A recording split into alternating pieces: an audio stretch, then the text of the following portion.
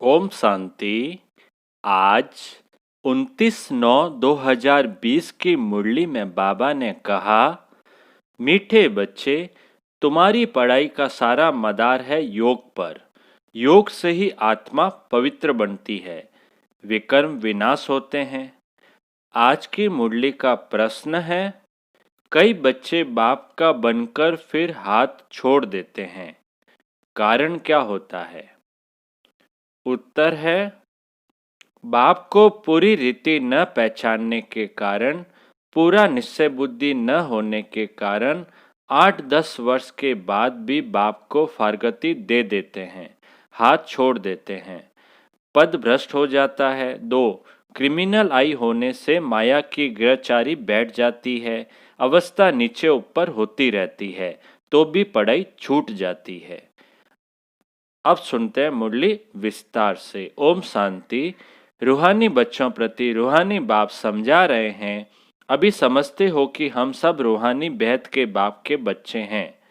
इनको बाप दादा कहा जाता है। जैसे तुम रूहानी बच्चे हो, वैसे यह ब्रह्मा भी रूहानी बच्चा है शिव बाबा का। शिव बाबा को रथ तो जरूर चाहिए ना, इसलिए जैसे तुम आत्माओं को आर्गन्स मिले हुए हैं कर्म करने के लिए, वैसे शिव बाबा का भी यह रथ है, क्योंकि यह कर्म क्षेत्र है जहाँ कर्म करना होता है। वह है घर जहाँ आत्माएं रहती है। आत्मा ने जाना है हमारा घर शांति धाम है, वहाँ यह खेल नहीं होता, बत्तियां आदि कुछ नहीं होती, सिर्फ आत्माएं रहती है। यहाँ आती है पाठ बजाने। तुम्हारी बुद्धि में है, यह बेहद का ड्रामा है। जो एक्टर्स है उन्हों की एक्ट शुरू से लेकर अंत तक तुम बच्चे नंबरवार पुरुषार्थ अनुसार जानते हो। यहाँ कोई साधु संत आदि नहीं समझाते हैं। यहाँ हम बच्चे बेहद के बाप पास बैठे हैं।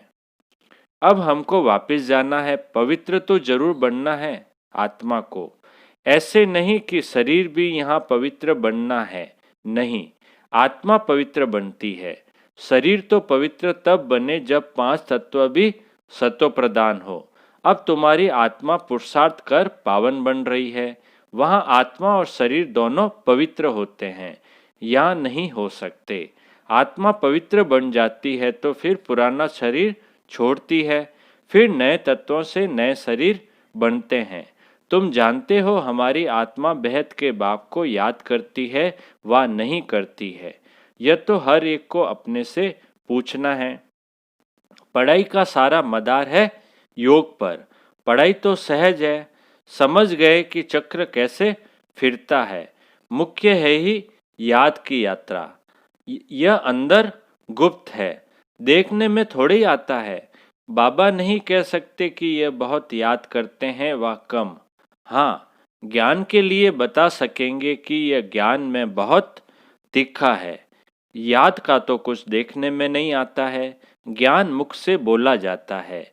याद तो है अजपा जाप। जाप अक्सर भक्ति मार्ग का है। जाप माना कोई का नाम जपना। यहाँ तो आत्मा को अपने बाप को याद करना है। तुम जानते हो हम बाप को याद करते करते पवित्र बनते बनते मुक्ति धाम शांति धाम में जाकर पहुँचेंगे। ऐसे नहीं कि ड्रामा से मुक्त हो जाएंगे। मुक्ति का अर्थ है दुख से मुक्त हो। शांति धाम जाएं फिर सुख धाम में आएंगे। पवित्र जो बनते हैं वह सुख भोगते हैं। अपवित्र मनुष्य उन्हों की खिदमत करते हैं। पवित्र की महिमा है, इसमें ही मेहनत है। आंखें बड़ा धोखा देती है, गिर पड़ते हैं। नीचे ऊपर तो सबको होना पड़ता है, ग्रहचारी सबको लगती है। भल बाबा कहते बच्चे भी समझा सकते हैं, फिर कहते हैं माता गुरु चाहिए, क्योंकि अब माता गुरु का सिस्टम चलता है। आगे पिताओं का था, अभी पहले पहले कलश माताओं को मिलता है। माताएं मेजॉरिटी में है, कुमारियां राखी बांधती है पवित्रता के लिए। भगवान कहते हैं काम महाशत्रु है, इस पर जीत पहनो। रक्षाबंधन पवित्रता की निशानी है। वो लोग राखी बांधते हैं, पवित्र तो बनते नहीं हैं। वह सब है आर्टिफिशियल राखी। कोई पावन बनाने वाले नहीं हैं। इसमें तो ज्ञान चाहिए। अभी तुम राखी बांधते हो, अर्थ भी समझाते हो, यह प्रतिज्ञा कराते हैं। जैसे सिख लोगों को कंगन निशानी होती है, परंतु पवित्र तो बनते नहीं। पतित को पावन बनाने वाला सर्व का सद्गति दाता एक है, वह भी देहधारी नहीं है। पानी की गंगा तो इन आंखों से देखने में आती है। बाप तो सद्गति दाता है, उनको इन आंखों से नहीं देखा जाता। आत्मा को कोई भी देख नहीं सकते कि वह क्या चीज है। कहते भी हैं हमारे शरीर में आत्मा है, उनको देखा है, कहेंगे नहीं। और सब चीजें जिनका नाम है वह देखने में जरूर आती है। आत्मा का भी नाम तो है। कहते भी हैं भ्रकुटी के बीच चमकता है अजब सितारा, परंतु देखने में नहीं आते हैं। परमात्मा को भी याद करते हैं, देखने में कुछ नहीं आएगा। लक्ष्मी नारायण को देखा जाता है इन आँखों से। लिंग की भल पूजा करते हैं, परंतु वह कोई यथार्थ रीति तो नहीं है ना। देखते हुए भी जानते नहीं हैं। परमात्मा क्या, यह कोई नहीं जान सकते। आत्मा तो बहुत छोटी बिंदी है, देखने में नहीं आती है। न आत्मा को न परमात्मा को देखा जा सकता है, जाना जाता है। अभी तुम जानते हो हमारा बाबा आया हुआ है इनमें, किनमें? ब्रह्मा बाबा में। इस शरीर की अपनी आत्मा भी है। फिर परमपिता परमात्मा कहते हैं मैं इनके रथ पर विराजमान हूँ। इसलिए बाप दादा कहते हो। अब दादा को तो इन आंखों से देखते हो, बाप को नहीं देखते हो। जानते हो बाबा ज्ञान का सागर है। वह इस शरीर द्वारा हमको ज्ञान सुना रहे हैं। वह ज्ञान का सागर पतित पावन है। निराकार रास्ता कैसे बताएंगे? प्रेरणा से तो कोई काम नहीं होता। भगवान आते हैं यह किसको भी पता नहीं है। शिव जयंती भी मनाते हैं तो जरूर यहाँ आता होगा ना। तुम जानते हो अभी वह हमको पढ़ा रहे हैं। बाबा इसमें आकर पढ़ाते हैं।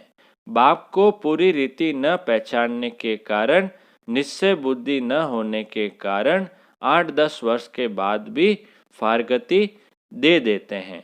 माया बिल्कुल ही अंधा बना देती है। बाप का बनकर फिर छोड़ देते हैं तो पद भ्रष्ट हो जाता है। अब तुम बच्चों को बाप का परिचय मिला है तो औरों को भी देना है। ऋषि मुनि आदि सब नैति नैति करते गए। आगे तुम भी जानते नहीं थे। अभी तुम कहेंगे हाँ हम जानते हैं तो आस्तिक हो गए। सृष्टि का चक्र कैसे फिरता है यह भी तुम जानते हो। सारी दुनिया और तुम खुद इस पढ़ाई के पहले नास्तिक थे। अब बाप ने समझाया है तो तुम कहते हो हमको परम पिता परमात्मा बाप ने समझाया है, आस्तिक बनाया है। हम रचता और रचना के आदि मध्य अंत को नहीं जानते थे। बाप है रचता, बाप ही संगम पर आकर नई दुनिया की स्थापना भी करते हैं और पुरानी दुनिया का विनाश भी करते हैं। पुरानी दुनिया के विनाश के लिए यह महाभारत लड़ाई है, जिसके लिए समझते हैं उस समय कृष्ण था। अभी तुम समझते हो निराकार बाप था, उनको देखा नहीं जाता है। कृष्ण का तो चित्र है, देखा जाता है, शिव को देख नहीं सकते। कृष्ण तो है सत्युग का प्रिंस, वही फीचर्स फिर हो न सके। कृष्ण भी कब कैसे आया यह भी कोई नहीं जानते। कृष्ण को कंस की जेल में दिखाते हैं। कंस सतयुग में था क्या? यह हो कैसे सकता? कंस असुर को कहा जाता है। इस समय सारी आसुरी संप्रदाय है ना, एक दो को मारते काटते रहते हैं। देवी दुनिया थी यह भूल गए हैं। ईश्वरीय देवी दुनिया ईश्वर ने स्थापन की, यह भी तुम्हारी बुद्धि में है नंबरवार पुरुषार्थ अनुसार। अभी तुम हो ईश्वरीय परिवार, फिर वहां होंगे देवी परिवार। इस समय ईश्वर तुमको लायक बना रहे हैं स्वर्ग का देवी देवता बनाने। बाप पढ़ा रहे हैं। इस संगम युग को कोई भी नहीं जानते। कोई भी शास्त्र में इस पुरुषोत्तम युग की बात नहीं है। पुरुषोत्तम युग अर्थात जहाँ पुरुषोत्तम बनना होता है। सतयुग को कहेंगे पुरुषोत्तम युग। इस समय तो मनुष्य पुरुषोत्तम नहीं है, इनको तो कनिष्ठ तमो प्रधान कहेंगे। यह सब बातें सिवाय तुम ब्राह्मणों के और कोई नहीं समझ सकते। बाप कहते हैं यह है आसुरी भ्रष्टाचारी दुनिया। सतयुग में ऐसा कोई वातावरण नहीं होता। वह थी श्रेष्ठाचारी दुनिया। उन्हों के चित्र है, बरोबर ये श्रेष्ठाचारी दुनिया के मालिक थे। भारत के राजाएं होकर गए हैं जो पूजे जाते हैं। पूज्य पवित्र थे जो ही फिर पुजारी बने। पुजारी भक्ति मार्ग को पूज्य ज्ञान मार्ग को कहा जाता है। पूज्य सो पुजारी, पुजारी फिर पूज्य कैसे बनते हैं यह भी तुम जानते हो। इस दुनिया में पूज्य एक भी हो न सके। पूज्य परमपिता परमात्मा और देवता को ही कहा जाता है। परमपिता परमात्मा है सबका पूज्य। सब धर्म वाले उनकी पूजा करते हैं। ऐसे बाप का जन्म यहाँ गाया जाता है। शिव जयंती है ना। परंतु मनुष्यों को कुछ पता नहीं कि उनका जन्म भारत में होता है। आजकल तो शिव जयंती की हॉलीडे भी नहीं करते। जयंती मनाओ न मनाओ तुम्हारी मर्जी, ऑफिशियल हॉलीडे नहीं है। जो शिव जयंती को नहीं मानते हैं वह तो अपने काम पर चले जाते हैं। बहुत धर्म है ना। सतयुग में ऐसी बातें होती नहीं, वहाँ यह वातावरण ही नहीं। सतयुग है ही नई दुनिया, एक धर्म। यहाँ यह पता नहीं पड़ता, वहाँ यह पता नहीं पड़ता कि हमारे पीछे चंद्रवंशी राज्य होगा। यहाँ तुम सब जानते हो यह पास्ट हो गया है। सतयुग में तुम होंगे, वहाँ किस पास्ट को याद करेंगे। पास्ट तो हुआ कलयुग, उनकी हिस्ट्री ज्योग्राफी सुनने से क्या फ़ायदा। यहाँ तुम जानते हो हम बाबा के पास बैठे हैं। बाबा टीचर भी है, सदगुरु भी है। बाप आए हैं सबकी सदगति करने, सभी आत्माओं को जरूर ले जाएंगे। मनुष्य तो देह अभिमान में आकर कहते हैं सब मिट्टी में मिल जाना है। ये नहीं समझते आत्माएं तो चली जाएगी, बाकी ये शरीर मिट्टी के बने हुए हैं। यह पुराना शरीर खत्म हो जाता, हम आत्मा एक शरीर छोड़ दूसरा जाए लेती है। यह इस दुनिया में हमारा अंतिम जन्म है। सब पतित है, सदैव पावन तो कोई रह नहीं सकते। सतो प्रधान सतो रजो तमो होते ही हैं। वो लोग तो कह देते सब ईश्वर के ही रूप है। ईश्वर ने अपने अनेक रूप बनाए हैं खेलपाल करने के लिए। हिसाब किताब कुछ नहीं जानते, न खेलपाल करने वाले को जानते हैं। बाप ही बैठकर वर्ल्ड की हिस्ट्री ज्योग्राफी समझाते हैं। खेल में हर एक का पार्ट अलग अलग है, सबका पोजीशन अलग अलग है। जो जैसा पोजीशन वाला होता है उनकी महिमा होती है। ये सब बातें बाप संगम पर ही समझाते हैं। सतयुग में फिर सतयुग का पाठ चलेगा, वहाँ ये बातें नहीं होगी। यहाँ तुमको षष्ठी चक्र का ज्ञान बुद्धि में फिरता रहता है। तुम्हारा नाम ही है स्वदर्शन चक्रधारी। लक्ष्मी नारायण को थोड़े स्वदर्शन चक्र दिया जाता है। यह है ही यहाँ के मूल वतन में सिर्फ आत्माएं रहती है, सूक्ष्म वतन में कुछ नहीं। मनुष्य जानवर पक्षी आदि सब यहाँ होते हैं। सतयुग में मोर आदि दिखाते हैं।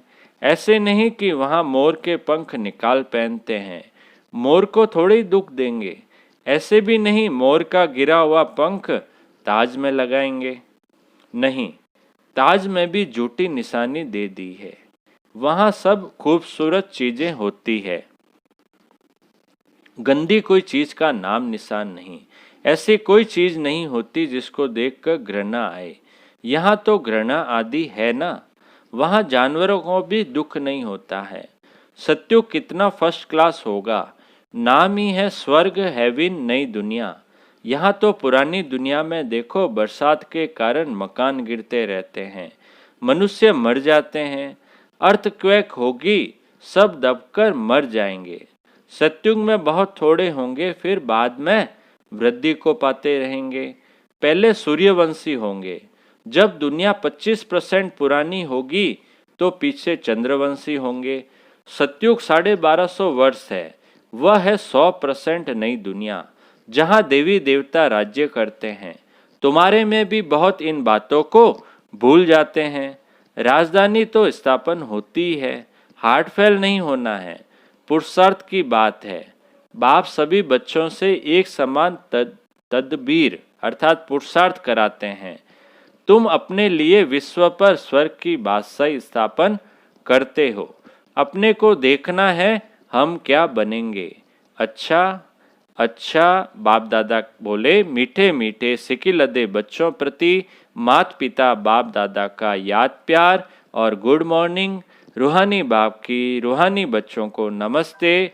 हम रूहानी बच्चों की रूहानी बाप दादा को याद प्यार, गुड मॉर्निंग और नमस्ते नमस्ते नमस्ते। धारणा के लिए मुख्य सार है, पहला पॉइंट है, इस पुरुषोत्तम युग में स्वर्ग के देवी देवता बनने की पढ़ाई पढ़कर स्वयं को लायक बनाना है। पुरुषार्थ में हार्ट फेल, दिल शिकस्त नहीं होना है। दूसरा पॉइंट है धारणा का, इस बेहद के खेल में हर एक्टर का पार्ट और पोजीशन अलग अलग है। जैसी जिसकी पोजीशन वैसा उसे मान मिलता है। यह सब राज समझ वर्ल्ड की हिस्ट्री ज्योग्राफी का सिमरन कर स्वदर्शन चक्रधारी बनना है।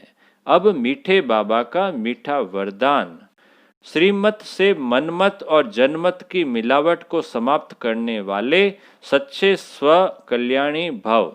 श्रीमत से मनमत और जनमत की मिलावट को समाप्त करने वाले सच्चे स्व कल्याणी भव। विस्तार है, बाप ने बच्चों को सभी खजाने स्व कल्याण और विश्व कल्याण के प्रति दिए हैं, लेकिन उन्हें व्यर्थ तरफ लगाना, अकल्याण के कार्य में लगाना, श्रीमत में मनमत और जनमत की मिलावट करना, यह अमानत में खयानत है। अब इस खयानत और मिलावट को समाप्त कर रूहानियत और रहम को धारण करो। अपने ऊपर और सर्व के ऊपर रहम कर स्व कल्याणी बनो। स्व को देखो, बाप को देखो, औरों को नहीं देखो। आज का स्लोगन है, सदा हर्षित वही रह सकते हैं जो कहीं भी आकर्षित नहीं होते हैं। सदा हर्षित वही रह सकते हैं जो कहीं भी आकर्षित नहीं होते हैं। अच्छा, ओम शांति।